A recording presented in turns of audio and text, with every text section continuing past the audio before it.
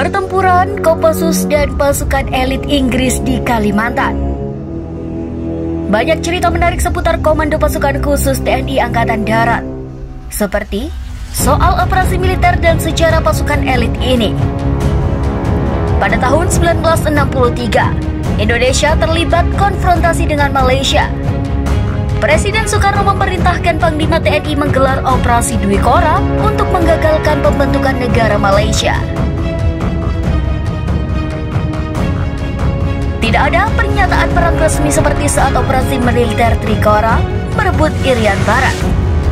Karena itu, TNI tidak mengirim pasukan secara terbuka. Mereka mengirim gerilyawan untuk membantu Tentara Nasional Kalimantan Utara atau TNKU yang berperang melawan pemerintah Malaysia. Walaupun disebut gerilyawan, sebagian besar anggotanya justru pasukan elit TNI, seperti Resimen Para Komando Angkatan Darat atau RPKAD, yang sekarang disebut Kopassus. Selain itu, ada juga pasukan gerak cepat atau PGT dari TNI Angkatan Udara. Seragam TNI diganti dengan seragam hijau TNKU.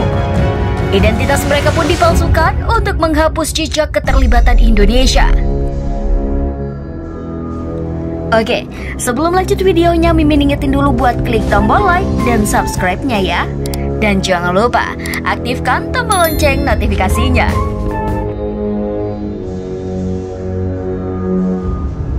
Semua identitas TNI dicabut. Jangan sampai ketahuan kami pasukan TNI. Kami dibuatkan identitas baru. Pokoknya kelahiran Kalimantan. Pakaian TNKU hijau-hijau dengan topi rimba, kata Nadi, seorang bintara mantan anggota RPKAD. Tugas gerilyawan ini mengganggu perbatasan di sepanjang Sabah dan Sarawak. Mereka juga bertugas melatih warga Kalimantan Utara tata cara bertempur. Pasukan Malaysia yang terdesak kemudian meminta bantuan Inggris. Tak tanggung-tanggung, Inggris langsung mengirim sekitar 1 batalion pasukan Komando Special Air Service atau SAS. Inilah pasukan elit terbaik Inggris, reputasinya yang melegenda ke seluruh dunia. Inggris juga mengirim pasukan Gurkha dan SAS tambahan dari Selandia Baru dan Malaysia. Komandan pasukan Inggris di Malaya, Mayor Jenderal Walter Walker, merasa perlu mendatangkan SAS karena merasanya pasukan elit ini yang bisa membentuk pasukan gerilya asal Indonesia. Walker tak mau jatuh korban lebih banyak di kalangan Inggris. Dalam sebuah pertempuran di kampung Sakikilo tanggal 10 Juli 1964, tercatat TNKU meraih kemenangan. Saat itu, 2 peleton Gurkha melawan 1 peleton TNKU. Dalam serangan tersebut, TNKU berhasil menewaskan 20 orang Gurkha tanpa satupun korban jatuh di pasukan gerilyawan. Pasukan Indonesia pun sempat menangkap prajurit SAS dalam sebuah pertempuran. Rencananya, tawanan ini akan dibawa ke Jakarta sebagai bukti ada keterlibatan Inggris. Namun karena sulitnya medan, tawanan ini keburu gugur di jalan.